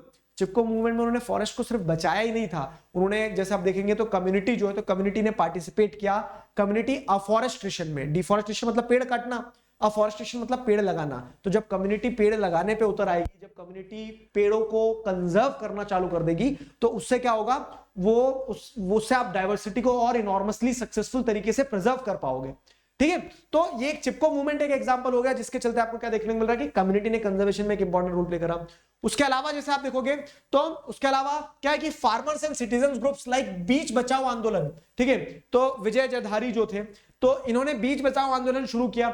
नवदन्या एक ऑर्गेनाइजेशन, एक एनजीओ है जो किस चीज पे काम कर रही है, तो जैसे farmers and citizen groups like Beej Bachao Andolan in Tehri and नवदन्या जो कि एक एनजीओ है, have shown that adequate levels of diversified crop production without the use of synthetic chemicals are possible and economically viable। मतलब कि आज हम जिसे देख रहे हैं तो क्या आज जेनेटिकली मॉडिफाइड सीड्स हैं, बहुत ज्यादा उनको सिंथेटिक केमिकल्स वगैरह का इस्तेमाल करके प्रोड्यूस किया जा रहा है, वो पेस्टिसाइड और फर्टिलाइजर भी बहुत मांगती है, ना डालो पेस्टिसाइड फर्टिलाइजर तो क्रॉप्स ही ग्रो नहीं होती है। ठीक है, तो इसके चलते क्या देखने को मिल रहा है आपको, कि इसके चलते आपको देखने को मिल रहा है कि इन्वायरमेंट पे भी डिग्रेडेशन हो रहा है, और जो जेनेटिकली कह सकते हैं ट्रेडिशनल डाइवर्स स्पीशीज थी, जो हमने आगे भी पढ़ा है कि कंजर्वेशन इसलिए जरूरी है क्योंकि वो बायोडाइवर्सिटी जो है ना, ट्रेडिशनल बायोडाइवर्सिटी, उसे प्रिजर्व करके रखना है। तो यहां आपको वो चीज समझना होगी क्या, कि जैसे बीच बचाओ आंदोलन हो गया, नवदन्या हो गया, तो ये बीच बचाओ आंदोलन तो आंदोलन था, नवदन्या एक एनजीओ है जिन्होंने ये प्रूव करा कि क्या हो रहा है कि adequate level of diversified crop production, आप ऐसे भी बहुत ज्यादा क्रॉप प्रोडक्शन कर सकते हैं, डाइवर्स क्रॉप प्रोडक्शन कर सकते हैं बिना सिंथेटिक केमिकल्स और फर्टिलाइजर्स वगैरह के इस्तेमाल से, और वो इकोनॉमिकली वाइबल है। मतलब इन्होंने ट्रेडिशनल सीड्स के कंजर्वेशन के लिए इंपॉर्टेंट रोल प्ले करा। Fine, similarly JFM joint forest management, ध्यान रखना इस चीज का भी। ये देखो मैंने 5 एग्जांपल देता हूं मैं आपको, अगर 5 नंबर में क्वेश्चन भी आ गया ये कि how community have played a very important role in the conservation of forest and wild life, तो 5 एग्जांपल में आपको क्या मिल रहा है कि सिरस्का टाइगर रिजर्व, फिर उसके बाद में भैरवदेव धाकव सेंचुरी, चिपको मूवमेंट, ठीक है, नवदन्या और बीच बचाओ आंदोलन, और 5वां जो है आपका फॉरेस्ट। ठीक है, एक स्लाइड पे है पूरा। ठीक है, ये सारी स्लाइड्स टेलीग्राम चैनल की लिंक आपको डिस्क्रिप्शन में दी है, तो टेलीग्राम चैनल से डाउनलोड कर लेना, पूरा पीडीएफ नोट्स वगैरह सब कुछ दे दूंगा मैं आपको। ठीक है, तो अब जैसे यहां देखोगे तो क्या है, forest joint forest management, JFM. JFM क्या है, तो in India joint forest management programme furnishes a good example of involving local communities in the management and restoration of degraded forest. देखो शब्द से समझो, जॉइंट, ठीक है, दो लोगों का जॉइंट वेंचर है, फॉरेस्ट जंगल, मैनेजमेंट, मैनेजमेंट यानी कि दो ग्रुप्स जो है जॉइंटली क्या कर रहे हैं, मैनेज कर रहे हैं किसको, फॉरेस्ट को, जेएफएम। कैसे मैनेज कर रहे हैं वो मैं समझाता हूं आपको। तो ये इंडिया में रियलाइज हुआ कि अगर जॉइंटली गवर्नमेंट और कम्युनिटी एक साथ काम करती है तो उससे जो फॉरेस्ट डिग्रेड हुआ है ना, डिग्रेड हुआ तो उसको रिस्टोर किया जा सकता है, उसका प्रोटेक्शन किया जा सकता है, ठीक है। तो the programme has been in formal existence since 1988। 1988 से ये प्रोग्राम चल रहा है जहां पे जॉइंटली गवर्नमेंट और जनता दोनों मिलकर जंगलों को बचाती है, ठीक है। और पहले सबसे पहले कहां स्टार्ट हुआ था, तो ओडिशा, ठीक है। Odisha pass the first resolution for joint forest management. First resolution जो था जॉइंट फॉरेस्ट मैनेजमेंट का वो ओडिशा में पास हुआ था, फिर उसके बाद से जॉइंट फॉरेस्ट मैनेजमेंट पे काम किया जा रहा है। तो JFM depends on the formation of local जैसे village institutions that undertake protection activity mostly on degraded forest land manage by the forest department, ठीक है। समझो, तो सिंपल चीज है जॉइंट फॉरेस्ट मैनेजमेंट में, I don't know why people are getting confused, लेकिन simple चीज है कि सरकार और लोग, ठीक है, कम्युनिटी दोनों एक साथ काम करती है ताकि वो जो डिग्रेडेड फॉरेस्ट है उसको प्रिजर्व कर सके।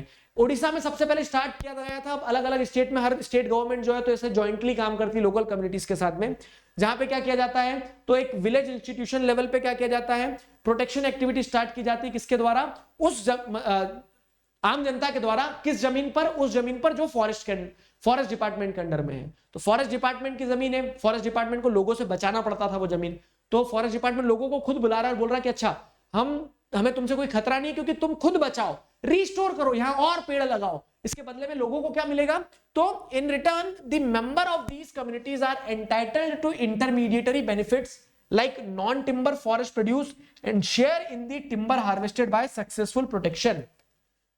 तो सबसे पहले लोगों को क्या मिलेगा, तो लोगों को जंगल में जाने को मिलेगा मौका, बोला ऐसे घुमाएंगे जंगल में, तो जंगल में जाने का मौका इन द सेंस कि जंगल से जो नॉन टिम्बर प्रोड्यूस है, जैसे फ्रूट्स ले लो, ठीक है, जैसे महुआ ट्री से महुआ ले लो, ठीक है, तो ये सारे प्रोडक्ट मिलेंगे आपको। और जब पेड़ सक्सेसफुल प्रोटेक्शन से जो टिम्बर हार्वेस्ट करेंगे ना, मान लो आपने कुछ प्रोटेक्शन कर लिया, कुछ पेड़ों को बचा लिया, अब जब उनकी उम्र आ गई कि हाँ इन्हें काट लेना चाहिए क्योंकि नए पेड़ जो आपने लगाए थे वो और बड़े हो गए, तब हार्वेस्ट जब भी होगी सक्सेसफुल हार्वेस्ट, तो उसमें उनको शेयर मिलेगा, हिस्सा मिलेगा। तो ये कहानी है जॉइंट फॉरेस्ट मैनेजमेंट की, समझे जॉइंट फॉरेस्ट मैनेजमेंट क्या है। फाइन, तो जॉइंट फॉरेस्ट मैनेजमेंट भी एक कम्युनिटी एंड कंजर्वेशन का एग्जांपल है, समझ में आया। तो यहां पे हमने देखा कि कैसे कम्युनिटी एक इंपॉर्टेंट रोल प्ले कर सकती है, जैसे ट्रेनिंग दी जा रही फॉरेस्ट डिपार्टमेंट के द्वारा, कैसे कम्युनिटी एक इंपॉर्टेंट रोल प्ले कर सकती है कंजर्वेशन ऑफ फॉरेस्ट में। अब जब हम कम्युनिटी की बात कर ही रहे हैं ना, तो एक टॉपिक और दिया गया आपको इसी चैप्टर में, छोटा सा है, इंपॉर्टेंट है, समझो क्या दिया गया। एक topic sacred groves, a wealth of diversified, ठीक है, a wealth of diverse and rare species, ठीक है, a wealth of diverse and rare species. समझना क्या है कहानी। Nature worship is an age old tribal belief based on the premise that all creations of nature have to be protected। fine, मैं topic में जाने से पहले आपको एक दो एग्जांपल देता हूं। सैक्रेड ग्रूव्स की बात करें, अगर कांतारा मूवी देखी है, आई होप ऑलमोस्ट आप सभी लोगों ने देखी हो, डरे नहीं हो। तो कांतारा मूवी का कॉन्सेप्ट पता है सैक्रेड ग्रूव्स पर बेस्ड है। कैसे सैक्रेड ग्रूव्स पर बेस्ड है कि सैक्रेड ग्रूव्स में आपको ये देखने को मिल रहा है कि जो लोकल कम्युनिटी होती है ना, तो लोकल कम्युनिटी ये विश्वास रखती है कि जो नदी, पहाड़, पेड़, पौधे हैं, ये नदी, पहाड़, पेड़, पौधे सब कुछ किसके हैं, भगवान के हैं, ठीक है। और इसीलिए हमें क्या करना है, उसका प्रोटेक्शन करना है, क्यों, क्योंकि बदले में हमें उससे प्रोटेक्शन मिलेगा, वो सारी चीजें। तो वो कांतारा मूवी का कॉन्सेप्ट ही सैक्रेड ग्रूव्स के कॉन्सेप्ट को समझाता है, जहां पे सैक्रेड ग्रूव्स का मतलब ये है सिंपल सा कि जब लोग क्या कर रहे हैं, पेड़, पहाड़, नदी, इन सारी चीजों को प्रोटेक्ट करते हैं, उन्हें रिलीजियस क्वालिटीज एस्क्राइब करके, क्यों, क्योंकि उसको धर्म से जोड़ देते हैं, और धर्म से इंसान डरता है तो उन्हें लगता है कि पेड़ में, जंगल में, नदी में भगवान विराज करते हैं, मतलब विराजमान है, तो इस कारण से हमें इनका प्रोटेक्शन करना होगा। फाइन, वो सैक्रेड ग्रूव्स का कंसेप्ट होता है। तो सैक्रेड ग्रूव्स का कॉन्सेप्ट सिंपल है कि a wealth of diverse and rare species, ठीक है, wealth of diverse and rare species, ठीक है, मतलब कि आप तो भगवान से डर गए और भगवान से डर के आपने क्या करना है, प्रोटेक्शन स्टार्ट कर दिया, नेचर को वर्शिप कर रहे हैं, ठीक है। मतलब डर भी जरूरी नहीं, कभी कभी ऐसा भी कि हाँ उस नेचर को वर्शिप कर रहे हैं, ठीक है। तो जब नेचर को वर्शिप कर रहे हैं, ये ट्राइबल बिलीफ है और मोस्टली, ठीक है। तो ट्राइबल सोसाइटी से मानती है कि हम इन्हीं नदी पहाड़ पेड़ पौधों में बड़े हुए तो इन्हें हम प्रोटेक्ट करना है, यही हमारे देवी देवता है, ठीक है। तो इसके चलते क्या होता है कि आप उन्हें प्रोटेक्ट भी कर लेते हो, क्योंकि आप रिस्पेक्ट कर रहे हो तो प्रोटेक्ट कर रहे हो, आप रिस्पेक्ट करो तो वो पेड़ कैसे काटोगे, उस नदी को कैसे पल्यूट करोगे, तो उस रिस्पेक्ट में आप प्रोटेक्ट कर लेते हो। इसका एडवांटेज क्या है पता है? इसका एडवांटेज ये है कि ये कहने को एक कल्चरल प्रैक्टिस होगी, कल्चरल प्रैक्टिस है ना, ये तो एक तरह से लोग प्रोटेक्ट कर रहे हैं, तो ये कल्चरल प्रैक्टिस है, लेकिन इसका एडवांटेज ये है कि इसके चलते आप बहुत सारे वर्जिन फॉरेस्ट को बचा लेते हो। बहुत सारा ऐसा फॉरेस्ट एरिया होता है जिसमें ह्यूमन बीइंग इंटरफेयर नहीं करते, वो अनटच्ड है, वो कैसा हो गया, वो किसी प्रकार से उस पर आप जैसे देखेंगे ना ह्यूमन इंटरैक्शन नहीं हुआ है, ठीक है। वो बहुत प्रिस्टीन फॉर्म में बचा हुआ है आपके पास, जिसे आज जैसे आप एक एग्जांपल दे रहा हूं, हिल स्टेशंस होते हैं, ऐसे भी हिल स्टेशन होते हैं जहां ह्यूमन बींग्स नहीं जा रहे हैं, तो वो क्या बोल सकते हैं आपकी नेचुरल ब्यूटी वहां देखने लायक होती है। लेकिन जहां ह्यूमन बींग्स जाना शुरू कर देते हैं तो आपको वहां दिख रहा होता है कि हाँ ह्यूमन बींग्स के ट्रेसेस हैं, पांव के निशान नहीं मिलते हैं, वो प्लास्टिक की पन्नियां मिलती है, बिस्लरी की बोतलें मिलती है, ठीक है। तो अब क्या हो रहा है कि वो फॉरेस्ट फिर वो वर्जिन फॉरेस्ट नहीं रह जाते हैं, वो फॉरेस्ट डिस्टर्ब्ड है, डिग्रेडेड है, ठीक है। तो यहां पे आपको समझना होगा। लेकिन जब सेक्रेड ग्रुप्स की आइडिया के चलते, या फिर कह सकते हैं कि जब इस बिलीफ के चलते लोग फॉरेस्ट को प्रोटेक्ट करते हैं, तो उसका एडवांटेज ये है कि ऑटोमेटिकली आपने क्या कर दिया कि एक ऐसा forest area which is virgin forest area, उसको आपने प्रिजर्व कर लिया। And this concept is known as sacred groups, the forest of god and goddesses. Sacred मतलब वही जो पूजनीय है, ठीक है। तो जो फॉरेस्ट है किसके? गॉड एंड गॉडेसेस के, और भगवान का मान के ही आप क्या कर रहे हो, उसको प्रोटेक्ट कर ले रहे हैं, आप उसको डिस्टर्ब नहीं कर रहे हैं, ठीक है। अब ये प्रोटेक्शन होता कैसे? जैसे अगर हम बताएंगे, तो दीज पैचेस ऑफ फॉरेस्ट और part of large forest have been left untouched by the local people and any interference with them is banned। क्यों? क्योंकि लोगों को लगता है कि this is the mother earth, this is the कह सकते हैं god goddesses land, ठीक है। god goddesses की लैंड है वो, वहां पे हमें नहीं जाना चाहिए। जैसे वो कांतारा मूवी में होता है ना कि उस जंगल में अंदर मत जाना, ये वो। तो क्या होता है कि पैचेस ऑफ फॉरेस्ट या फिर large part of forest area जो है उसको that is being left untouched, ठीक है। और उसी प्रोसेस में उसका प्रोटेक्शन हो जाता है। उसी प्रोसेस में आप क्या देखने को मिल रहा है आपको कि वो एक तरह से ऐसा forest area which is being left untouched by the human interference, समझ गए। तो इस तरह से प्रोटेक्शन हो जाता है सेक्रेड ग्रुप्स का। जैसे अगर आप प्रैक्टिस में देखोगे कैसे एग्जांपल्स की अगर बात की जाए, तो certain societies river a particular tree which they have preserved from the time immemorial. कुछ सोसाइटीज में जैसे कहीं बोल रहे हैं कि हम कदम के पेड़ की पूजा करें, तो कदम के पेड़ ऐसे बचते चले आए तब से, ठीक है। कुछ सोसाइटीज क्या बोल रही है, जैसे मुंडास एंड सांथालास ऑफ छोटा नागपुर प्लेटू, छोटा नागपुर रीजन के जो ट्राइबल ग्रुप है मुंडास सांथालास, वो महुआ का जो पेड़ होता है, ठीक है, बैसिया लेटिफोलिया, ठीक है, एंड कदम्ब, ठीक है, तो एंथोकैप्लस कदम्बा, ठीक है। तो ये क्या देखने को मिल रहा है कि कदम का पेड़ हो गया, महुआ हो गया, तो इन पेड़ों को मुंडास और सांथाल्स जो है छोटा नागपुर रीजन के वो पूजा कर रहे हैं, ठीक है। In the tribals of Odisha and Bihar जो है, ठीक है, ओडिशा और बिहार के जो ट्राइब्स हैं, तो वो टेमेराइन की पूजा कर रहे हैं, ठीक है, इमली के पेड़ की पूजा कर रहे हैं, मैंगो की पूजा कर रहे हैं। कब? During weddings. तो अब आदमी शादी करना तो बंद करेंगे। मतलब this is the beauty of our culture, try to understand, this is the beauty of our culture कि हमने हमारी कल्चरल प्रैक्टिसेस के साथ में कंजर्वेशन को जोड़ दिया है। जैसे शादी करोगे तो आम और इमली के पेड़ की पूजा करो। अब आदमी शादी करना तो बंद करेगा नहीं, तो आम और इमली के पेड़ की पूजा तो हो ही जाएगी, समझे। आम और इमली के पेड़ की पूजा हो ही जाएगी। तो यहां पे आपको वो चीज समझना होगा, उस चीज का एसेंस समझना होगा कि कैसे कल्चरल प्रैक्टिसेस के थ्रू प्रोटेक्शन की टेक्निक को वीव कर दिया गया है, ठीक है। To many of us peepal in banyan tree are considered sacred. Peepal और बनियन ट्री को सैक्रेड माना जाता है, पूजनीय, ठीक है, और उसका बायोलॉजिकल इंपैक्ट भी है, ठीक है, वो ऑक्सीजन कार्बन डाइऑक्साइड वाला कुछ। तो इस तरह से आपको क्या देखने को मिल रहा है, इस तरह से आपको देखने को मिल रहा है कि कल्चरल प्रैक्टिसेस के चलते कंजर्वेशन हो जा रहा है, तो वो सैक्रेड ग्रुप्स का कॉन्सेप्ट है। Indian society comprises several cultures, each with its own set of traditional method of conserving nature and its creation। Fine। जैसे sacred qualities को ascribe कर दिया जाता अधिकतर, ठीक है। sacred qualities are often ascribed to springs, mountains, peaks, plants, animals which are closely protected, ठीक है। तो अब क्या है कि पेड़, नदी, पहाड़, ठीक, तो इन सारी चीजों को sacred qualities ascribe कर दी जाती है। फॉर एग्जाम्पल जैसे गंगा मैया कहा जा रहा है, तो पूजा की जा रही है, आरती की जा रही है, तो उसका आइडिया क्या है उसके पीछे का? उसके पीछे का आइडिया ये है कि पूजा, आरती, इन सारी चीजों की मदद से हम कहीं ना कहीं लोगों के, जैसे एक रिलीजन का एक कॉन्सेप्ट ये भी कि रिलीजन के नाम पे आदमी क्या करता है, सीधा चलता है, वो अपना प्रॉफिट लॉस नहीं देखता है, वो उसको डर रहता है कि हाँ ये कर्म का फल मुझे मिल जाएगा। तो वो क्या है कि जब आप ऐसी सैक्रेड क्वालिटीज एस्क्राइब कर देते हो नदी को, पहाड़ को, माउंटेन पीक्स को, जैसे कैलाश पर्वत शंकर भगवान का है, तो गवर्नमेंट भी 10 बार सोचेगी कैलाश पर्वत पे माइनिंग चालू करे कि नहीं करे, ठीक है, तो वो केस है, ठीक है, वो केस रहता है। तो these are being closely protected. तो feeding langurs and macaques around the temples, ठीक है, बंदरों को जैसे हनुमान जी की टीम मेंबर मान लेते हैं, तो अब उसके चलते क्या हो गया कि उनको फीड किया जाता है। तो अब जब उनकी पूजा की जा रही है, उनको फीड किया जा रहा, तो ये तय है कि उनकी स्पीशीज को मतलब ये खतरा कभी नहीं होगा कि उनको खाने की कमी पड़ गई। फाइन। फिर क्या है, in and around Bishnoi villages in Rajasthan herds of blackbuck, जैसे अगर आप देखेंगे तो चिंकारा जो है, ब्लैक बक जो है, तो बिश्नोई विलेजेस, जैसे ये केस आपने भी सुना होगा कि Bishnoi community is not happy with Salman Khan, क्यों? क्योंकि he is being accused of hunting black buck, ठीक है। तो वो आप कम्युनिटीज क्या कर रही है, वो इन्हें अपने घर में अपने बच्चों की तरह पालती है, जैसे अगर आप ये देखेंगे तो, ठीक है। तो nilgai, peacock can be seen as an integral part of the community and nobody harms them, and nobody harms them.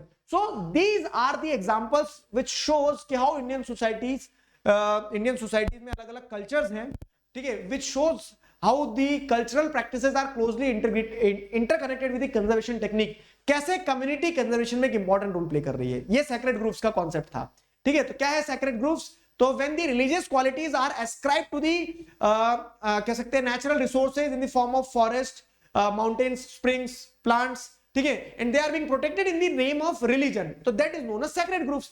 the part या फिर the land of god and goddesses, the forest of land and the forest or the land of god and goddesses, ठीक है, वो sacred groups का concept हो गया। Fine. तो अब अल्टीमेटली पूरा चैप्टर पढ़ने के बाद में अगर हम कंक्लूजन निकालें तो क्या कंक्लूजन है, एक बार फिर से दो कदम आगे जाके एक कदम पीछे चलते हैं। 3 ब्रॉड टॉपिक्स हमने पढ़े इस चैप्टर में।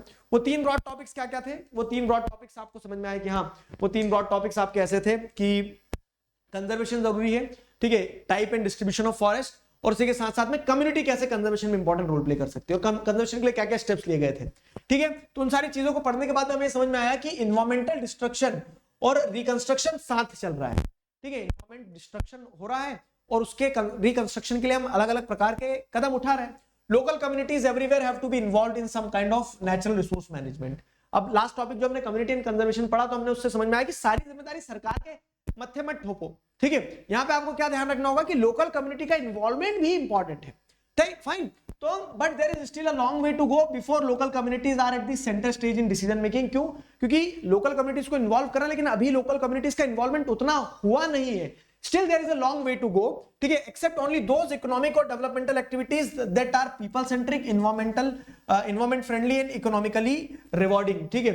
तो अभी क्या है कि लोकल कम्युनिटी का इन्वॉल्वमेंट उस स्तर पे नहीं हुआ है, ठीक है। कहीं कहीं आपको देखने को मिल रहा है कि वो एक्टिविटीज जो पीपल सेंट्रिक है वहां लोग देखने को मिल रहे हैं, जो एनवायरमेंट फ्रेंडली है वहां लोग देखने को मिल रहे हैं, ठीक है, और जो इकोनॉमिकली रिवॉर्डिंग है जहां से लोगों को कुछ मिल रहा है, लोग वहां इन्वॉल्व हो रहे हैं। लेकिन ये चीज समझना होगी कि ये प्रकृति के सारे फायदे लोग ले रहे हैं, तो उस प्रकृति की पूरी जिम्मेदारी भी लोगों को लेना होगी, ठीक है। People's involvement is very essential, ठीक है, लोगों का इन्वॉल्वमेंट कंजर्वेशन और प्रोटेक्शन में इज वेरी इंपॉर्टेंट। तो दिस इज द केस, ये पूरा केस रहा, ये था पूरा चैप्टर, ठीक है। I hope you people enjoyed it, ठीक है। कहानी यहां होती है खत्म। तो आप जैसे देखोगे तो पुराने चैप्टर में, मतलब पुराने सिलेबस में एडिशनल टॉपिक्स थे, वो टॉपिक्स कटते हुए अब बस 3 टॉपिक रह गए, तो आपको वो क्लैरिटी मिल गई होगी कि आखिरकार इस चैप्टर में है क्या क्या हम पढ़ने वाले इस चैप्टर में, वो आपको क्लैरिटी मिल गई होगी। फाइन। तो अब मैं आपको 2-3 इंपॉर्टेंट चीजें बता रहा हूं कि इसके अलावा अगर आप लाइव पढ़ना चाहते हैं रेगुलर इंटरैक्टिव वे में, तो मंडे, ट्यूसडे, वेडनेसडे 6 से 7 मेरी क्लास रहती है अनअकैडमी ऐप पर। फाइन। और अनअकैडमी पर अभी ऑफर चल रहा है till 17 June. And what is that offer? कि आप 25% तक सेव कर सकते हैं ऑन अनअकैडमी सब्सक्रिप्शंस। फाइन। जैसे अगर आप देखेंगे तो साल भर आप अनअकैडमी में पढ़ सकते हैं फॉर 12,749 रुपीज, और ये आपको 25% ऑफ कैसे मिलेगा? If you are using the code Digraj, DIGRAJ Digraj, अगर आप इस कोड का इस्तेमाल करते हैं तो you can save up to 25%, you can save up to 25%। In fact अब आपको अगर मैं एक चीज बताऊं, ये प्लस का प्राइस है, ठीक है, प्लस सब्सक्रिप्शन, मतलब आप सारे बैचेस में पढ़ सकते हैं। और अगर आपको स्पेसिफिकली ऐसा है कि सर हमें सिर्फ एक आपके बैच में पढ़ना है, SST पढ़ना है, तो मैं आपको SST के साथ साथ में क्या है, SST के साथ साथ में मैथ्स, हिंदी, इंग्लिश वगैरह भी सब पढ़वा देता हूं। तो एक तरक्की बैच है जो कि मोस्ट अफोर्डेबल बैच की कैटेगरी में आएगा, जहां पे आप 3000 रुपीज में साल भर अपना पूरा कोर्स जो है, सिलेबस जो है SST का, वो कंप्लीट कर सकते हैं। इनफैक्ट 2-3-4 चैप्टर कंप्लीट भी हो चुके हैं। फाइन। तो आप तरक्की बैच में एनरोल कर सकते हैं। Again the process is same, ठीक है, लिंक आपको डिस्क्रिप्शन में दिए तरक्की बैच की, यूज द कोड दिगराज, और 17 जून के पहले पहले एनरोल कर लोगे तो आपको इस 3000 में भी 25% ऑफ मिल जाएगा। 3000 में 25% ऑफ, मतलब लगा लो गणित, ठीक है, मैं सोशल साइंस का टीचर हूं। तो hurry up, if you people want to study live interactive way में अपने डाउट सॉल्व करवाते हो तो you people can enrol in this Tarakki batch में आप एनरोल कर सकते हैं। So this was all from my side. ये वो हमारा चैप्टर कंप्लीट। बाकी सारे चैप्टर्स, पूरा सिलेबस जो है वो आपको मिल जाएगा कहां पे, सारा सब कुछ मैंने सोशल स्कूल इसी यूट्यूब चैनल पर प्लेलिस्ट चेक करोगे तो 9th 10th सारी क्लासेस का सिलेबस आपको पूरा अच्छी तरह से कंप्लीट फॉर्म में मिल जाएगा। उसे पढ़ो, अपना सिलेबस कंप्लीट करो, जहां जहां जरूरत लगेगी वहां वहां आपको मैं वीडियोस इंपॉर्टेंट देते चलूंगा। मंथली रोड मैप दे रहा हूं, टारगेट देता हूं, टेस्ट भी लेता हूं। ये चैप्टर पढ़ लिया तो इसका टेस्ट भी होगा। दूसरी चीज ये कि इसका एग्जाम पैक आने वाला है जल्दी, तो इसका एग्जाम पैक वाला वीडियो भी मैं आपको देता हूं। फाइन, अभी के लिए खुश रहो, मुस्कुराते रहो। साइन ऑफ करता हूं, signing off with this, together we can, we will. Thank you very much.